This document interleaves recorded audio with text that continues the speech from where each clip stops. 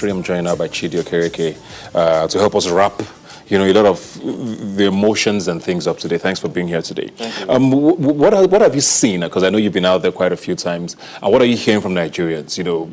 We see a lot of things online. A lot of the people in government are not at the protest, so a lot of the feedback he gets is probably from what they are seeing online. But what do you feel when you're at this protest? I feel the energy, first of all. This is like, where you've pushed people to the wall. They keep breaking the wall, they keep breaking it, and then they get to a point, it's concrete, they can't break it anymore, and they're pushing back. That is where people are. There are no jobs, ASU is on strike, so people have time, and people are angry, and people are frustrated, and some people just want to have fun.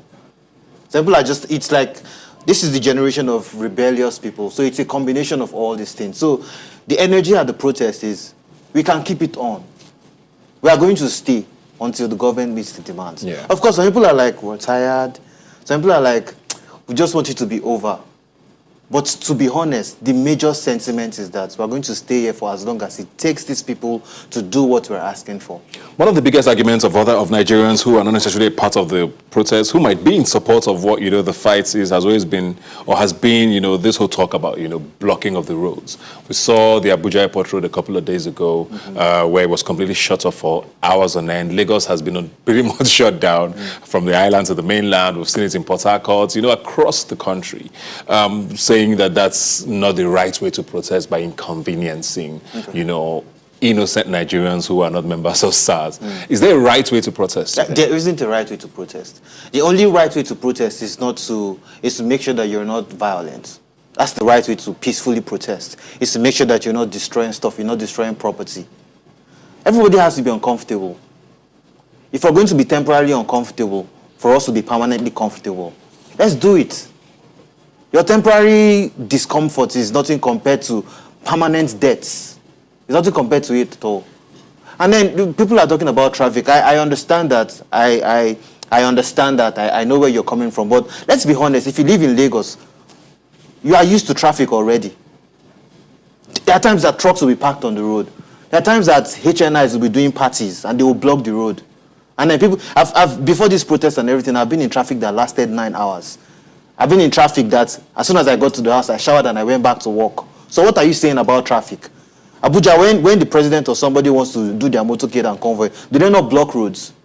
So it's not something new. The point is that people have to feel the discomfort. When all these other people who are not part of the protest, who feel like it doesn't concern them because they've not lost somebody or it's not personal to them, when they feel the pain, they will tweet or they will message or they will call those who they can call, those who they elected and they put in power to put pressure on the government to meet the demands of the protest. Everybody has to feel the heat. Yeah. Everybody must feel it. I've asked everybody who's been on this show today, do you get a sense that government is listening? They're listening. They're hearing. Now, listening is an ambiguous word. Are they listening to actually accede to the demands? I don't know. I'm not even listening to anybody who's in government now because the way their method of thinking is quite different from those of us who are actually feeling the heat. So, to some extent, you see that compared to other protests where, it's sometimes online, it's sometimes one day, and then they'll, write some things on paper and act like they've listened. You see that there are certain differences. What they were saying last week is different from what they said yesterday, what they said 2 days ago. So to some extent, you have a feeling that some impact is being made, but it is not close to what we want.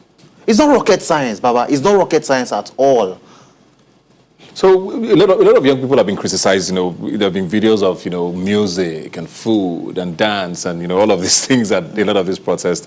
And there's been, conversations about the motivation behind the protest. Are the people really protesting, end SARS, or are they going there to hang out? There are many reasons. Like I said earlier, there are many reasons why people come out. Yeah. Sometimes it's rebellion. Sometimes it's the fact that they've lost somebody. Sometimes it's the fact that, young people are doing this, I have to be among. From my own personal point of view, anything that brings you out and keeps you at all those pain points of the government and the community to sustain this protest, please come outside. Just don't do anything illegal. For me, that's what it is. All protests around the world, everybody needs motivation to come out. If music is why people will come out, play music there, let people dance. If they want to play football, let them play football, but at every given time, hourly, every 30 minutes, ensure that people understand the main reason why they are there. Yeah. So if it's every 30 minutes, there's a big hole or something, and people just, a moment of silence for those who are dead, take a knee, do something symbolic. It is very, very important. But every other thing that is not illegal, that can keep them there, please, don't stop anybody from doing it. Is it too early to start asking, where do we go from here? It is not too early. To be honest, it's not too early. But those conversations are distracting because everybody has a different idea of where they want to go from here. I have a different idea. Macaroni has a different idea. My own idea is that this is a win for us. We know that we can now come together and do stuff without necessarily having central leadership, without necessarily having a small caucus group that that the government can influence and everything. It's a win for me. It's a lesson. It's one for history books. So I know that if we come together as young people and push for more representation in politics, in power, in government, and all that, we can actually make it happen. Yeah. So where do we go from here? That's conversation for when we win this fight. Yeah. And what would be a win? Is it checking off the 5 for 5 agenda? Is it, because I've been saying this today, it's snowballing into a lot of other things. We are saying, hashtag end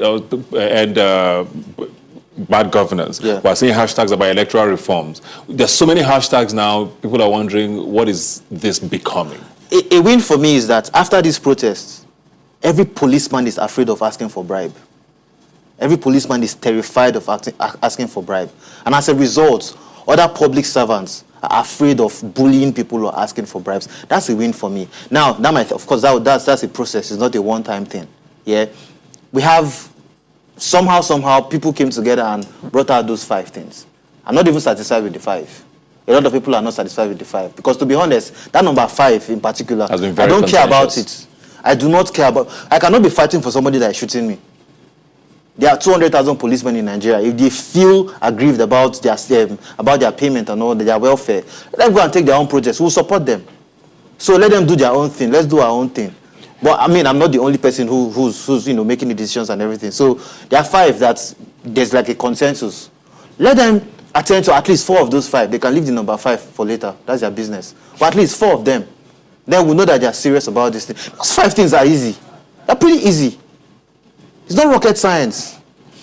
All right. I mean, like I've said it all day. This is a conversation that is literally just starting. There's so much to talk about in the coming days and weeks. Hopefully, by this time next week, we're not as impassioned or angry as we are, and hopefully government would have acceded to a lot of these demands by young people. Thanks a lot, Chyddee, for being here today. Thank you for having me. Wherever you are across Nigeria, please stay safe. We're also definitely talking to the Nigerian police. Do not get violent with peaceful protesters.